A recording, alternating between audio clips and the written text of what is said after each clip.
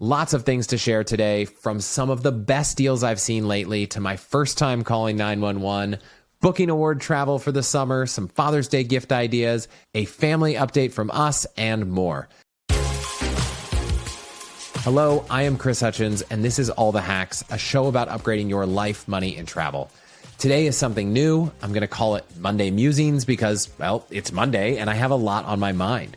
In fact, this idea came to me this morning while I was on a run, and I just kept thinking about more and more things to include, which usually doesn't happen on my runs, but it's probably because I'm normally running with my wife, Amy, who is not able to run with me right now for a few months. More on that later. So yes, this is a deviation from our normal show. We'll be back to a regular episode on Wednesday. It's actually an incredible episode about redeeming points and miles for the maximum value, so definitely check that out.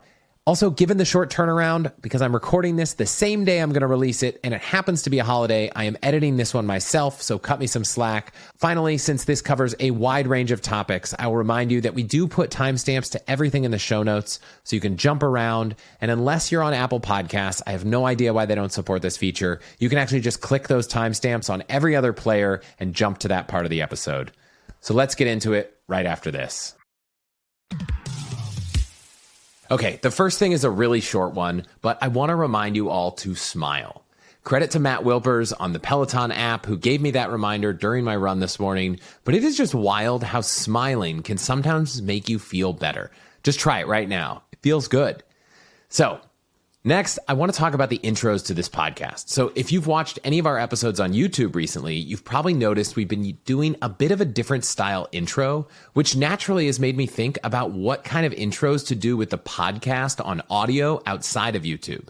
So over the next month, I'm going to test a few things out. You might have heard a little bit of a different intro today, and I'd love to know what you think. If you're on Spotify, they have a cool feature where I can do a pop-up poll that I'm going to try. Otherwise, you can let me know on Twitter, Instagram, email. I'm just podcast@allthehacks.com.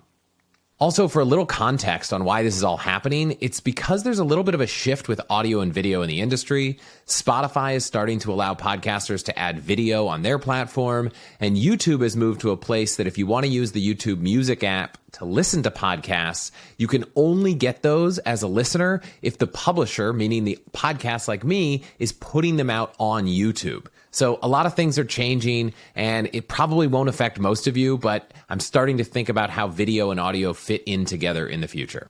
Okay, let's talk about some of the latest deals.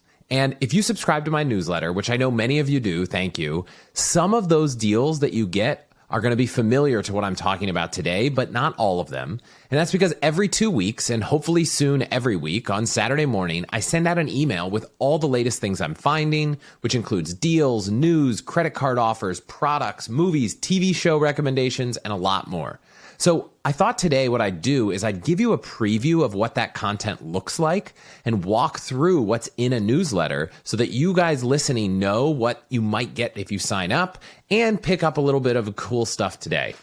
For those who already subscribe, I added a few extra things as well. And if you're not subscribed and you want to, go to allthehacks.com/email to get the latest deals, news, finds, and more in your inbox every 2 weeks. So first, I'll talk about deals. So there are a bunch of card-linked offers lately, and those are when you log into Amex or Chase or whatever your platform is, and you can add deals to specific cards. So on the Amex side, Air France, Dell, Hilton, JetBlue, Delta, Hertz, IHG, and Lyft all have deals that range from $15 off $50 all the way up to $200 off $1,000.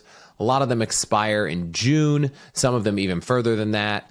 And then on the Chase side, IHG, Resort Pass, DoorDash, Westin, and Turo all have offers for anywhere from $10 to 20% back. Some of those are through the end of May. Some of those are pushed out till June. Next, there's a deal for today only where you can get 5x bonus miles on Apple purchases through the Alaska, American, Delta, and United shopping portals. So if you have anything from Apple on your plans, today might be a good day to do it. Next, I want to talk about Bilt and how you can start earning even more Bilt points. They just added 20,000 restaurants to Bilt Dining. And so even if you don't have a Bilt card, you can use a Chase, Amex, anything, and link that to your Bilt account, which you can create for free. And then when you go to any of the restaurants in their network, you start earning Bilt points. Now, Bilt points are some of the most valuable points out there. You can transfer them to almost every hotel group, as well as United, Alaska, Aeroplan, Life Miles. There's so many great options. And this is one way to get them without the Bilt card. I know some of the restaurants near us that we already frequent, I now get 3x points at when I'm using any card I have. However, if you do have the Bilt card, I'm really excited because in 4 days, it's another rent day. And on the first of the month, you get double your points. So that means that Bilt is going to offer 6x on dining, 4x on travel, and 2x on everything else. So that's something I always take advantage of. These Bilt dining rewards stack on top of that, which is awesome. And one more hack is that I've been using Bilt rent days to go and buy gift cards at restaurants we frequent a lot because, let's face it, we don't always go out on the first of the month. And one cool way to do that is if the restaurant uses Toast, which is toasttab.com or the Toast app, you can easily buy gift cards for those restaurants in the Toast app, which has been awesome. Finally, on rent day, they have a trivia game that you can play and earn more free points. So if you want to sign up for a free Bilt account, you can do it at allthehacks.com/Bilt. Also on the deal side, we've recently shared deals to get 10% off gift cards at 100 different brands. That deal's expired. And then Southwest gift cards were on sale for 16% off at Costco and Sam's Club. That deal has expired, though funny enough, it looks like they are back on sale at Costco again. I'm not sure how long that'll last, but those are some of the deals we like to share in the newsletter. On the points and miles front, we share things like right now it's Hilton double point summer promo. So if you register, you can earn 2x points for all stays at Hilton between May 2nd and September 2nd. There's no limit on how much you can earn. We also shared a bunch of the transfer bonuses you can get when transferring points from Amex, Citi, Chase to different airlines and hotel groups. Right now, through the end of May, there's 3. Amex has 20% to Aeromexico and 30% to Virgin Atlantic, and Citi has 30% bonus points to Qatar Air. And then through June 15th, Chase has a transfer bonus of 30% to Virgin Atlantic and to Marriott for a 40% bonus. And then Citi has a 50% bonus to Turkish Miles and Smiles through the same date. I also love to share when there are cards that are launching or have new sign-up bonuses. So the Citi Premier was recently relaunched as the almost identical Citi Strata Premier. It's always gotten and still gets 3x on airfare, hotels, restaurants, supermarkets, and gas stations. But it now also gets 3x on EV charging. They also added some travel protections, and they increased the welcome bonus to 75,000 thank you points after you spend $4,000 in 3 months. The only catch is you can't have received the bonus for a Citi Premier in the last 48 months. So I'm debating whether I jump on this because I don't have a Citi card yet. There is a rumor that there might be a Citi Strata Elite card coming sometime. I'd love to know if that's coming before I decide whether I do this. And then last, the Chase Sapphire Preferred and Reserve cards both have an increased welcome offer right now, up to 75,000 points after you spend 4,000 in 3 months. That kind of a deal for both cards works out to about 20 points per dollar if you include the points you get from that spend. But on the Chase side, you can't get the bonus if you have either card right now, or if you've earned the bonus from either card in the past 48 months. And obviously for all Chase cards, you have to be under Chase's 524 rule, which means you can't have opened 5 cards across all issuers in the last 24 months, at least cards that show up on your credit report. So sometimes business cards won't count. But a common strategy for people that already have one of these cards and want the bonus again is to downgrade to the Freedom Flex or the Freedom Unlimited, wait a week or so, and then reapply. Obviously, for cards, I'd appreciate you using our links if they have the best deals. We don't have any Citi links, so you can go anywhere there. And if you can get a better deal with a referral from your player 2, go there. Otherwise, allthehacks.com/cards.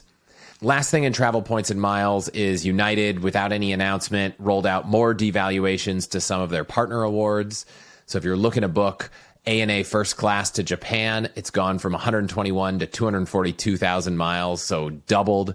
It's kind of a trend that United seems to be increasing partner awards without any notice. So I've really focused most of my booking on Star Alliance from Air Canada or Avianca instead of from United. I also like to share in the newsletter some great finds that I've had.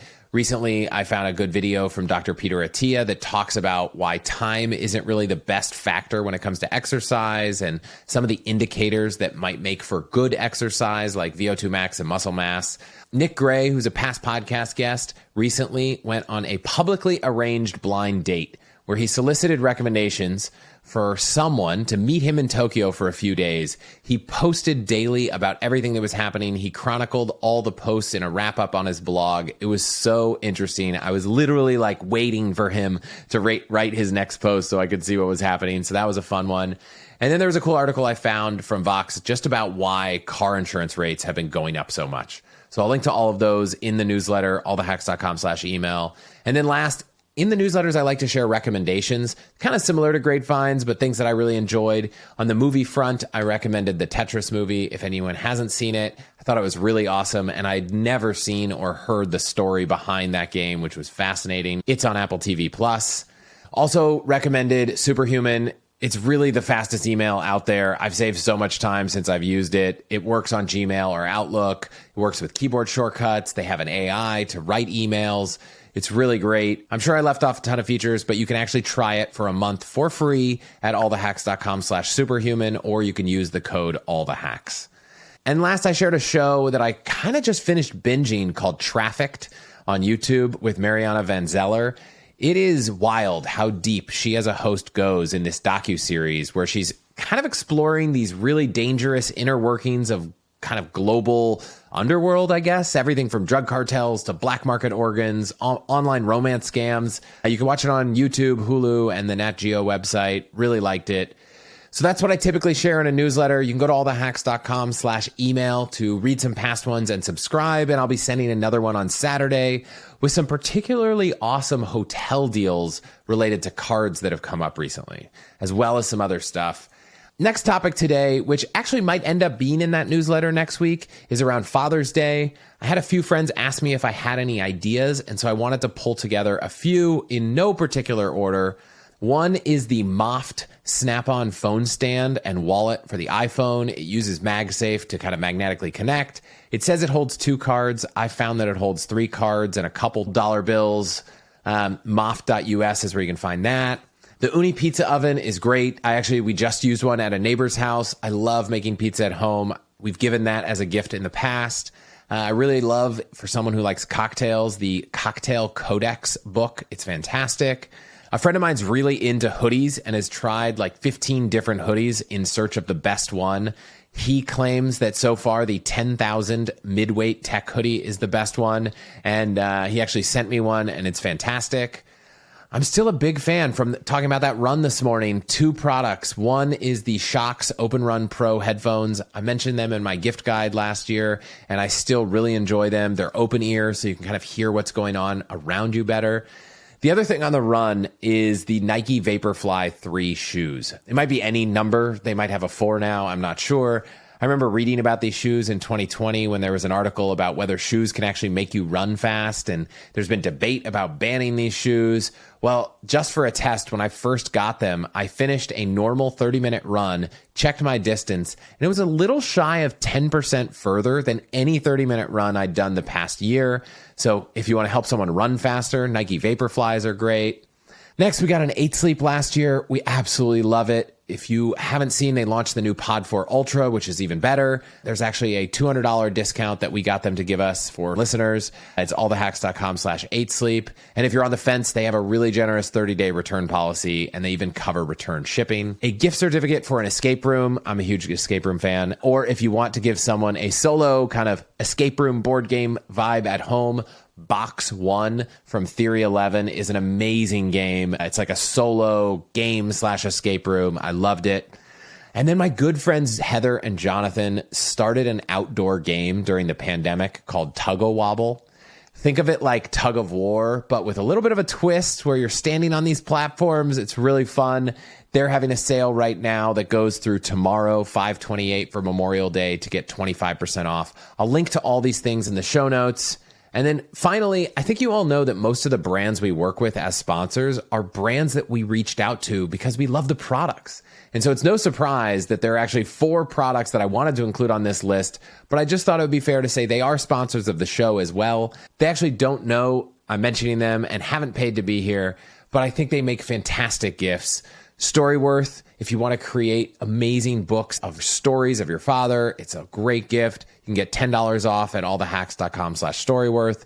Viore, most comfortable clothes out there. I'm wearing Vuori pants and I'm wearing a Vuori shirt right now as I record. I love Vuori. I wore them on the run this morning. The core shorts are awesome. Sunday performance joggers. You can get those 15% off, allthehacks.com/Vuori, Vuori. Funny enough, I gave Storyworth to my dad last year, and 2 years ago, I gave him a subscription to Masterclass, which is amazing online content to learn just about anything from really world-renowned experts. 15% off at allthehacks.com/masterclass. And then the last is a new sponsor, which I've actually used their products for over a decade, which is Indochino. They're the suit I bought for my wedding. I still wear it to this day. And if you want to get someone a new suit for Father's Day, you can get 10% off with the code AllTheHacks. Next, I want to share something a little personal before I jump into booking award travel for the summer. So almost a decade ago, my father-in-law did a genetic test and found out he had the BRCA2 gene mutation. For those not familiar, BRCA1 and BRCA2 are genes that help repair DNA damage. And when you have a mutation in them, the genes can't necessarily repair things effectively, and it increases the risk for different types of cancers, particularly breast and ovarian cancer. And the increased risk is pretty meaningful. If you look at a National Cancer Institute article, it compiled a bunch of research, and the summary was 13% of women in the general population will develop breast cancer sometime in their lives. But if they have the BRCA1 mutation, that increase goes to 55 to 72% by the time they're 70 to 80 years old. And on the BRCA2 side, it goes to 45 to 69%. So a very significant increase. On the ovarian cancer side, it goes from 1.2% for the general population to 39 to 44% for BRCA1 and 11 to 17% for BRCA2 by age 70 to 80. It has a lot of impact on other cancers. For example, 6% of people by age 69 have prostate cancer. On BRCA1 side, it jumps up to 21% by 75 and 29% by 85. And BRCA2 jumps up to 27% by 75 and 60% by 85. Now, these mutations can be inherited from parents. And so if one of your parents has a BRCA mutation, there's a 50% chance you'll inherit it. And so my wife did a genetic test, which I think it was from either color or invitae, and she found out she has the BRCA2 mutation. After learning this, Amy reached out to her doctors at UCSF, who recommended she speak with their BRCA team. And a common course of action is actually a preventative mastectomy or oophorectomy, which is the removal of the breasts and the ovaries. Now, as you can imagine, that's a very serious set of procedures that someone will have to make a decision about.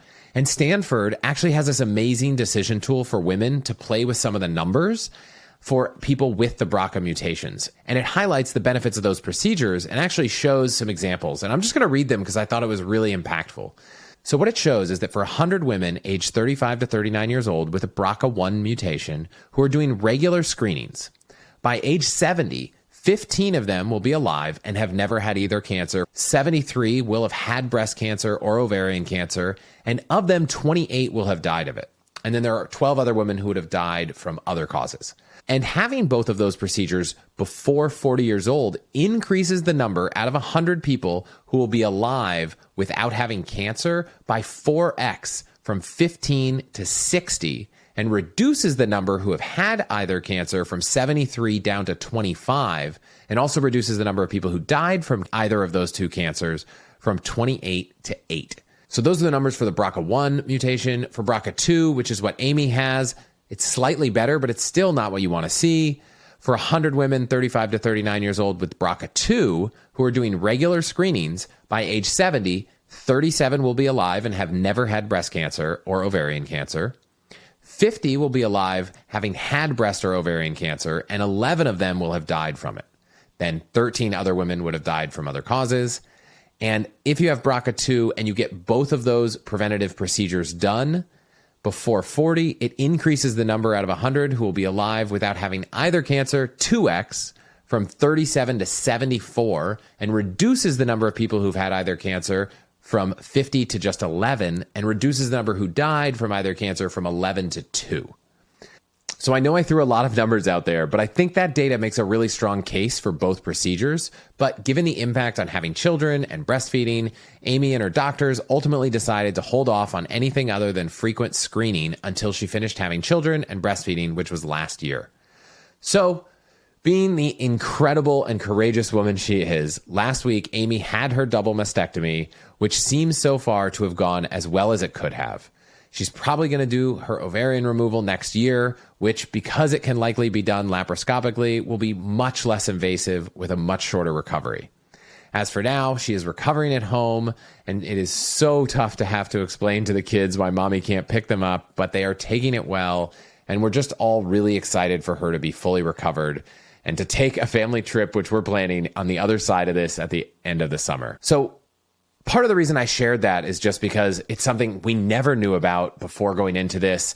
The testing was something that only really came up because her father tested for it. And I just thought it was interesting and knowledge that some people might want to have, especially if you're in the middle of this situation.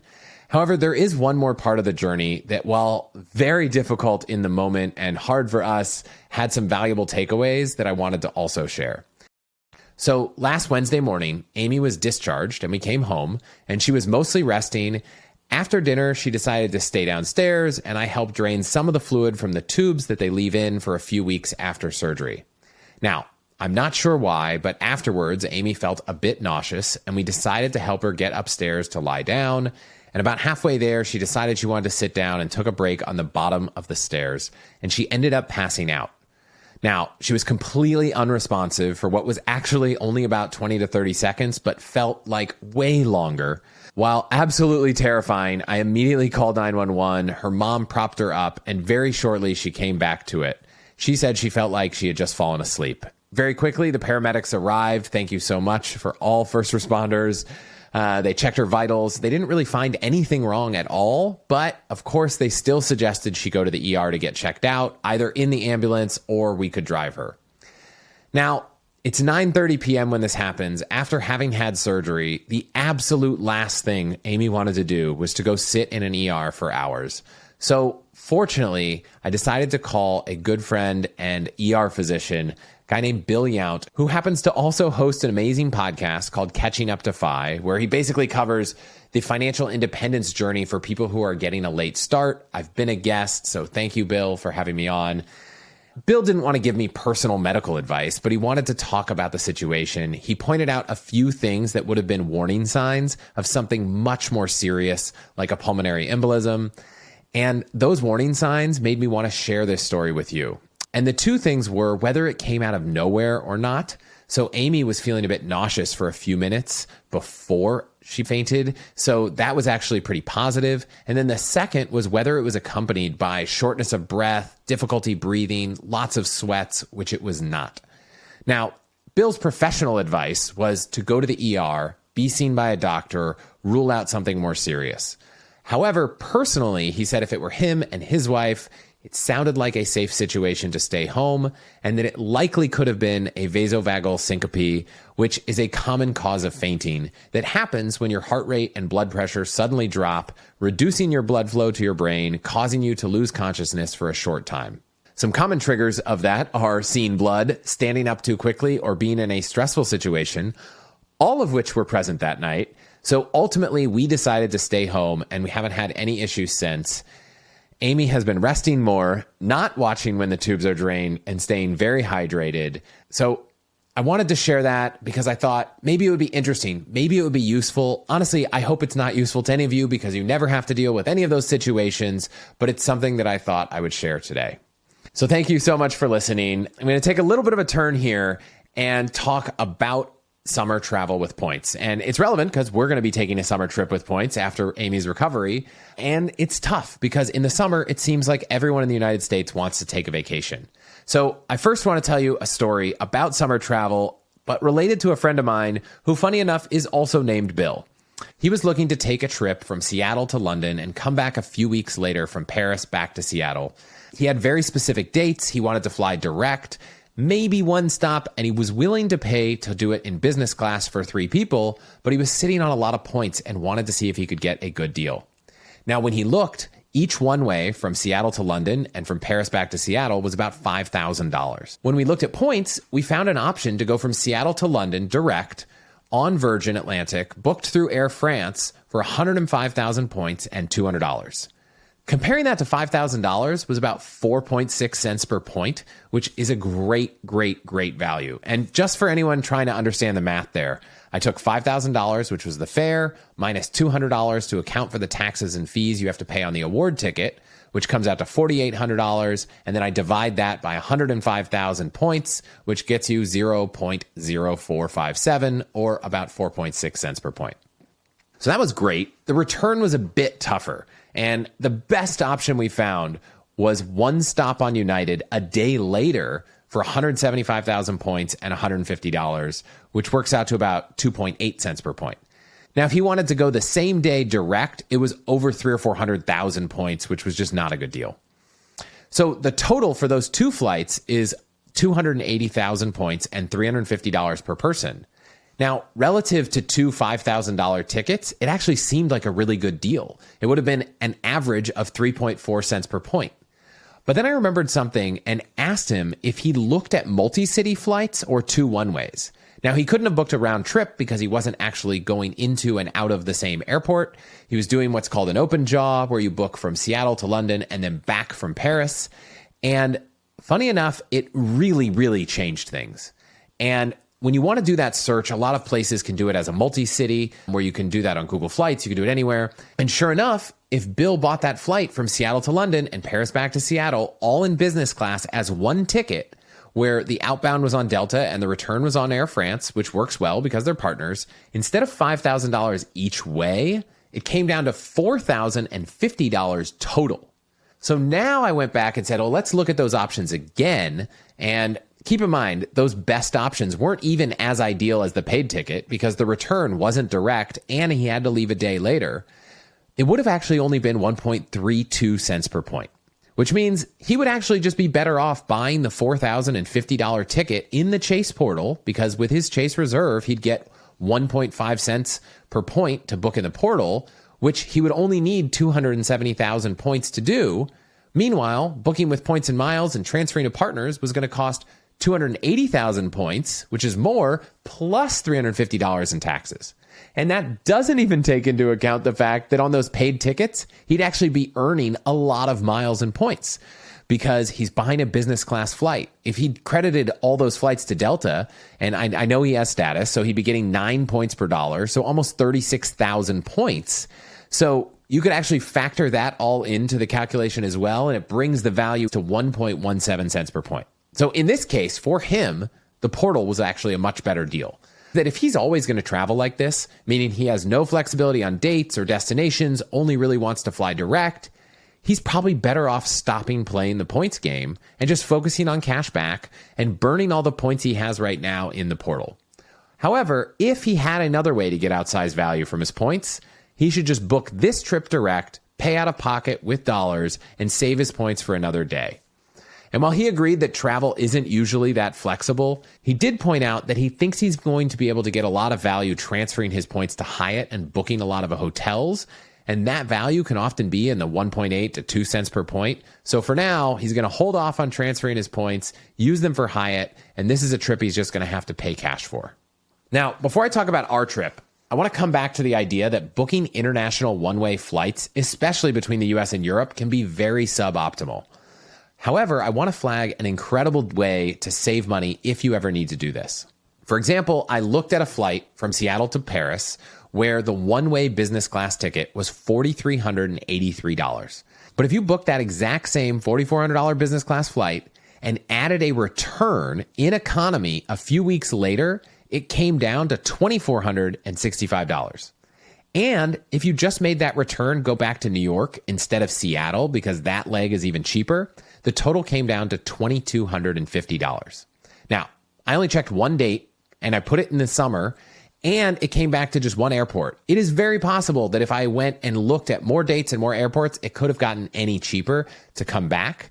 However, that took the price of the exact same $4,400 flight down to $2,250, meaning saving almost 50% of the cost. And it's not just true for business class. I looked on economy and a one-way flight, same dates from Seattle to Paris. That flight was $928 in economy for a one-way ticket. But if I made it a round trip coming back to New York, it brought the round trip price down to $691. So by adding a round trip leg, even if you're never going to take it, you would have saved on that economy ticket $237 or 26%. Now, if you want to take it even one step further and get more, once you've flown that first leg, you can cancel the return flight. Now, you're not going to usually get the fare back at all, not even as a credit because you've started your trip. But most airlines are still required to give you back the taxes and fees if you cancel that leg, which in this case was actually $107. So that adds to the savings as well. And that was true even for economy, bringing that economy flight back after the refund to under $600.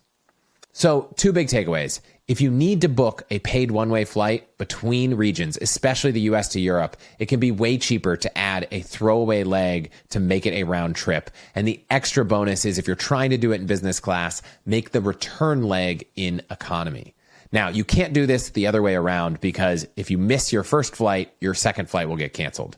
And second, it doesn't make sense to compare the miles you need for 2 one-way award tickets to 2 one-way paid tickets if you can book those flights as multi-cities or using the trick we just talked about for way, way less. So hopefully that's helpful for anyone either traveling on one-ways or thinking about booking flights in business. So I first want to tell you a story about summer travel. As for our situation, now that our oldest daughter is going to school, it turns out, as any parent knows except us because we're just entering this, the travel window just gets really narrow.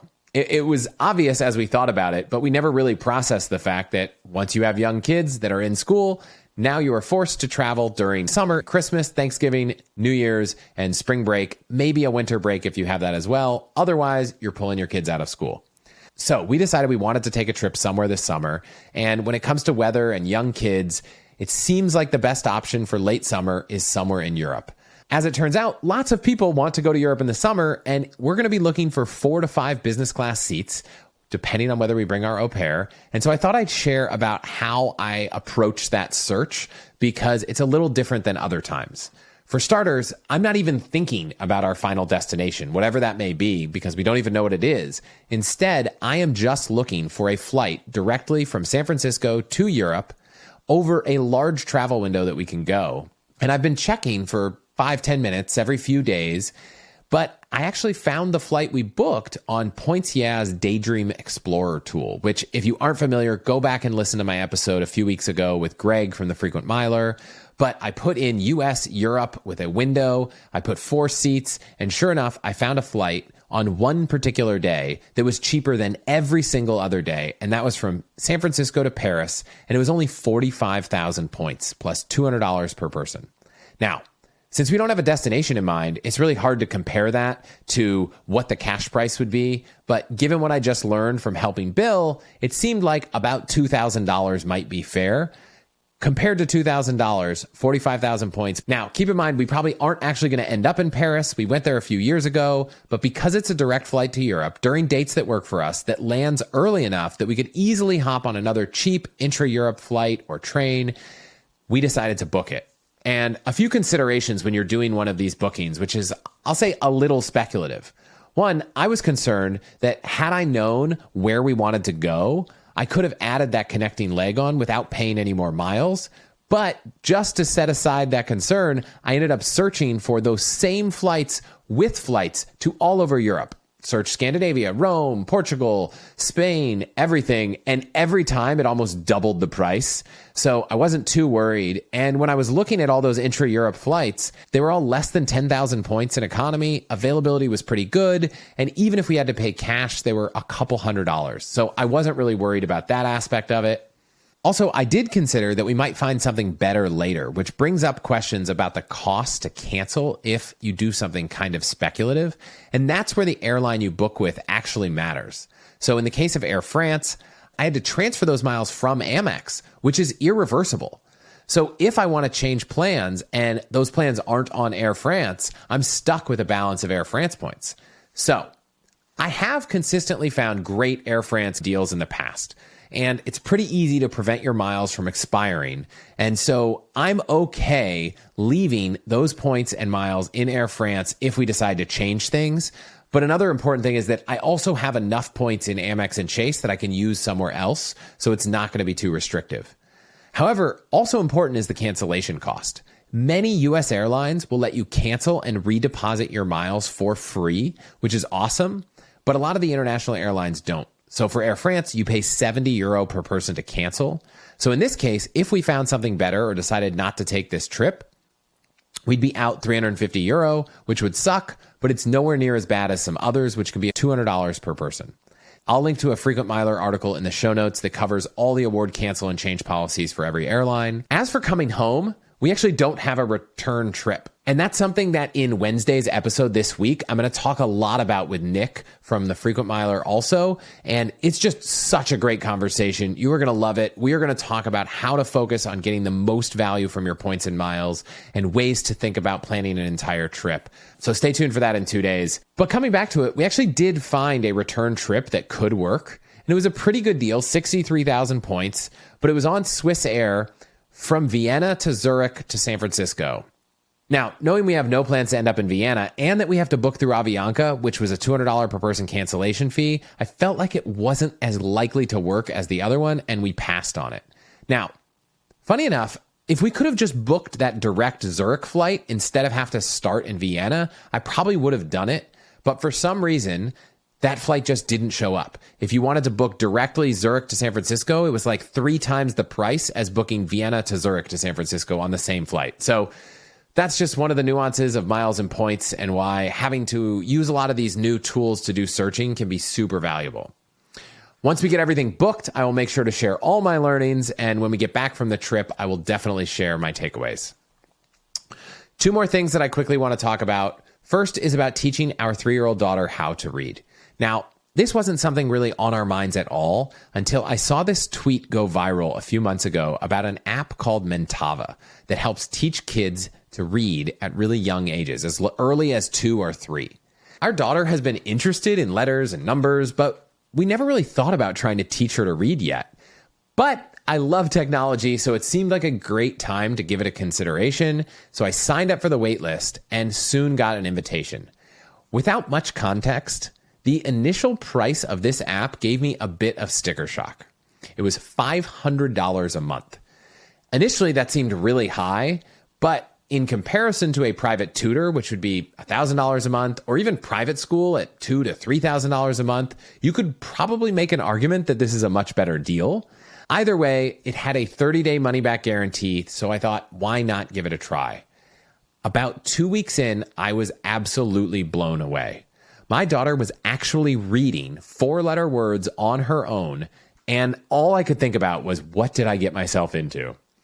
The CEO of Mentava, Niels, has been posting a lot of interesting stuff online. He shared that the 30-day refund rate was way lower than expected, and they've seen a much higher renewal rate, which probably tracks with the experience that we're seeing of how well this works. Also, anytime someone criticized the price online, he just offered up the advice of this incredible book for less than $20 that can help kids have a similar outcome. It's called Teach Your Child to Read in 100 Easy Lessons. Naturally, I bought that book as well and am trying to at least do my best comparison before the 30-day window is up. But having done a couple of lessons from the book, it really feels like Mentava wins on at least convenience and engagement, especially if my daughter had a vote.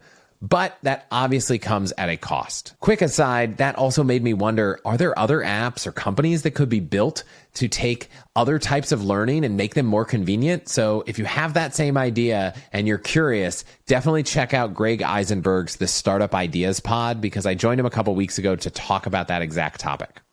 Now, just to clarify and be extra transparent, Mentava is not a sponsor of this show at all. There was zero consideration given from Mentava. As much as I would absolutely love to get a free subscription, that was not offered to me, at least not yet. Niels, if you're listening, you have my email. But they did offer a $50 discount with the code AllTheHacks to anyone who wants to give it a try for a month. I will just give you the same warning I gave my sister and wish I got myself. Don't try it unless you're actually willing to continue, because there is something so magical about seeing your child starting to learn to read. Next thing I probably need to do is some research on whether early reading actually has any impact on educational success or anything like that, so stay tuned. Finally, I want to give an update on the charity water fundraiser we did last year. We hit our goal of raising $20,000, which was $15,000 from all of you, and we ended up matching the first $5,000, which means we will be able to fully fund 2 water projects. Thank you so much to everyone who contributed. A special thank you to the 5 people who contributed $1,000 or more: Christian, Richard, the Greger family, Court, and a huge thank you to Kylie for the final $2,421 that got us to our $20,000 goal, which was on top of another contribution she had already made. I will keep everyone posted if we get updates from Charity Water about the progress of the water projects we're building. Thank you so much for listening. If you have any thoughts or feedback about this Monday Musings episode, please let me know. You can tag me on Twitter or Instagram. You can send a DM or email, podcast@allthehacks.com. Or if you really want to speak my love language right now, it would be through a 5-star review on Apple Podcasts. Thank you so much. I will see everyone on Wednesday.